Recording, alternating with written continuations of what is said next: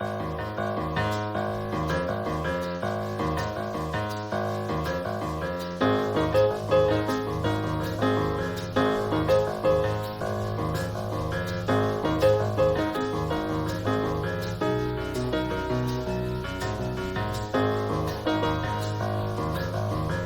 Friday, Dons. It's Andrew. And Roya. Back with another episode of CCTV. We hope you all had a wonderful week and are looking forward to your 3-day weekend. Scholarship applications closed on January 10th. Applicants, you'll be notified if you received a scholarship during the week of March 16th. Only 2 weeks left before our 2026 winter formal, the Dawn Awards. Reserve your ticket through the link in this week's newsletter. Seniors can purchase guest tickets for $80 in GC6, but quantities are limited. It's the second semester, which means applications for student leadership teams are now open. Let's head off to Mia to learn more about some of these opportunities. Hey Dons, it's Mia. Student life and leadership applications are out now. Let's go hear from those involved for more information. What does it mean to be an ambassador at Cathedral? Being an ambassador at Cathedral means that we're representing our community to the outside world. It means that prospective students, alumni, or anyone who wants to learn more about our campus can see it through our students. Living the 4 core values, being involved, are what make great ambassadors here on campus. Grace, being an ambassador, is it hard to balance extracurriculars in this program? No, the biggest thing with ambassadors is flexibility. You're able to choose the events you attend, and the more stuff you're involved in, the better ambassador you are. ASB is such a crucial part to our community. What do you look for in an applicant? We're always looking for students with lots of energy, students with new ideas, looking for things that we haven't done before. Obviously, students that are great collaborators, good time management, and really organized. As someone who's been on ASB for 3 years, what are you going to miss the most? I'm going to miss Dawn's Day, which is when all of the prospective 8th graders coming to Cathedral are here, and we really just show our enthusiasm and get them hyped up for what their possible freshman year could look like. I'm also really going to miss the classroom environment. As a part of ASB, everyone becomes such good friends over the course of the school year, and I really love all of them, and I'm sad to leave them. Thank you, ASB and ambassadors. Students, make sure to stay tuned next week for more information on other leadership programs. Now off to Brooke. Hey Dons, it's Brooke. Summer school registration is officially open. Let's go talk to Mr. Gonzalez to learn more about it. How do you register for summer school? Real easy. Go onto the school website, log in through the portal, and then once you're in, click on academic resources, go to the right side of the web page and go scroll down to summer school and click on that, and that's where you'll be able to register. When does registration close? Summer school registration closes on March 2nd, and you can find all the registration dates and deadlines. What courses are available to take? We have a variety of courses. We've got PE, we have social science, math, science, and language.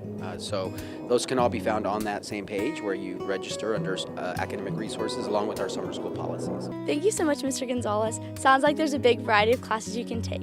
If you have any questions, please reach out to your counselor. Now, off to Adeline. Hey Dons, it's Addie. This week, our school is preparing for the upcoming school accreditation visit involving students, teachers, and visitors from outside of campus. Let's go talk to Mr. McMurtry to find out more about who will be visiting and what to expect. What is an accreditation visit? Every 6 years, a school is going to go and do a self-study, and they're going to take a look at themselves according to a number of standards. Those standards are across 4 domains. There's 13 different standards. There's 27 different benchmarks, and all these come from the National Catholic Education Association. School goes, takes a look at its strengths, its weaknesses, and then it tries to make plans on which it's going to improve and build itself over the next 3 to 6 years. Who is visiting? Now, our chair is coming all the way from Portland. We're also going to end up having the principal from Mater Dei down there in Chula Vista is coming. One of the science teachers from Mater Dei is also coming along with him. And then we're going to have people coming from OLP and Saints, all coming to end up learning more about our community. We even have a principal, Jody Drake, who's coming from one of our K-8 schools. What role do students play in accreditation? Well, remember, we're part of a family here, the Dons family. One of the things that families do is they welcome outsiders with joy and chattiness and openness and frankness. And that's what I want the students to do.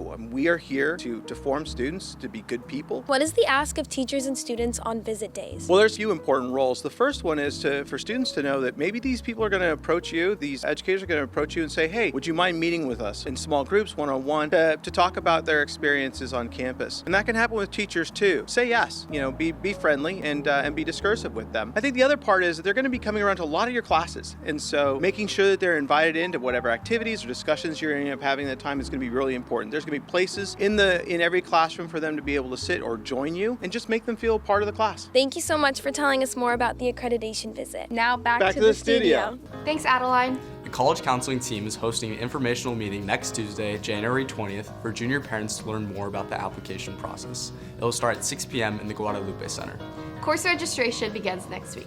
You can view the 2026 to 2027 curriculum guide on our school website to learn more about what classes you can take next year. We had a great opportunity to recognize all of our winter sports athletes at our Mass this Tuesday.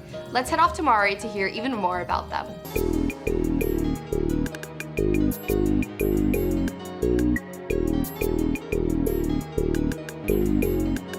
What's up, Dons? It's Mari, and welcome back to CCTV Sports. Our winter sports have been absolutely dominating this week, so let's get a recap of this week's highlights. Starting off with a banger, boys soccer kept themselves in that win column after beating Point Loma in an intense league opener. Shout out to senior goalie Cole Askins and the backline for holding it down on defense, and senior Ryan Lickman, who scored the game winner with minutes ticking down.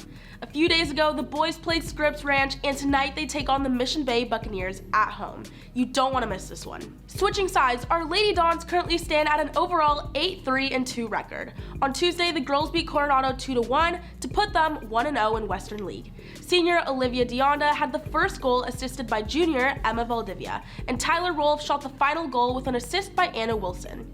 The girls play next Tuesday at home against OLP at 5:45 p.m. Good luck. Our rugby team recently came off a huge win over the weekend. Daniela went to get a post-game interview with the team. Let's check it out. Thanks, Mari. It's Daniela here at Manchester Stadium, where the boys just crushed Saints in a 67-15 blowout game. Let's go hear from some of the star players about what it took to beat Saints. All right, so you boys have an insane lineup this year. What were some standout players that helped you get the dub against Saints? Some standout players this year are Trent Boyle, Nick Ocon, and Adrian Abar. We all know you have an intense rivalry against Saints. What did you guys do to prepare for such a big game?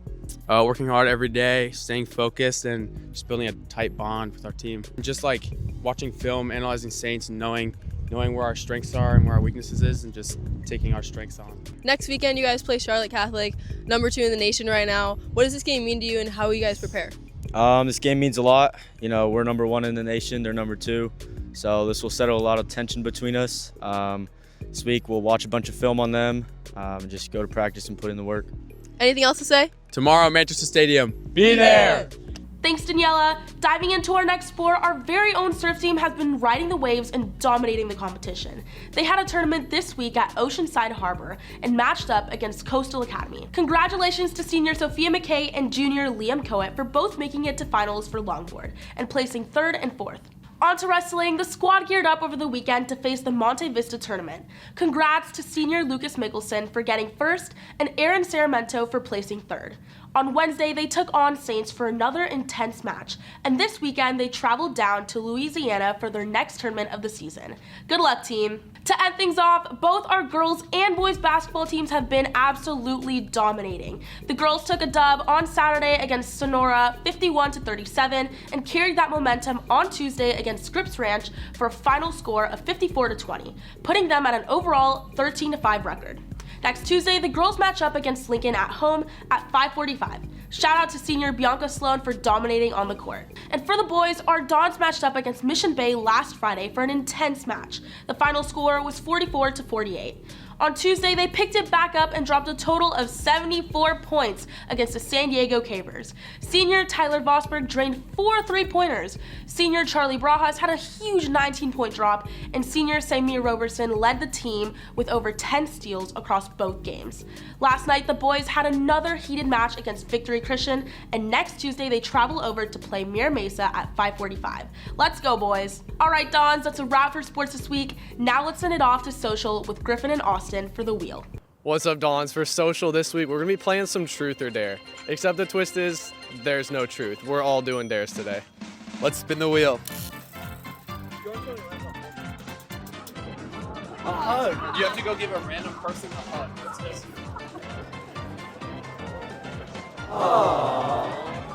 Okay, Truth or Dare? Dare. All right, spin the wheel. What will you get?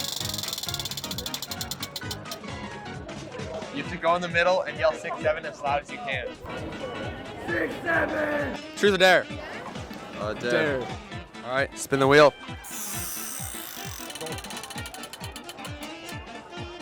Oh, trip in the knoll.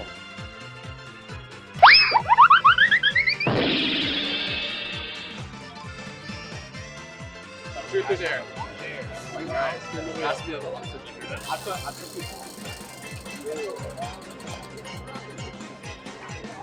Oh, no. Recording.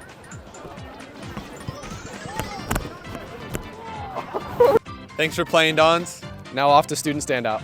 Hey Dons, it's Sophia. Today I'm here with recent ASU baseball commits Jose Partida and Josh Priest, who have been playing together since they were 8 years old. Jose, how has the chemistry gone between you and Josh after playing together for 9 years? I mean, it's gotten exponentially better. Throughout the years, we transferred together, we went to the same high school, played the same travel ball teams, so we really understand each other's game a lot. Josh, what went into the decision to commit to ASU? I mean, honestly, Jose and I have high aspirations to go play Major League Baseball and in baseball Mecca, and we want to go take our talents to the next level, and we thought that that was the best decision to do so. What's your favorite field that you guys have played at?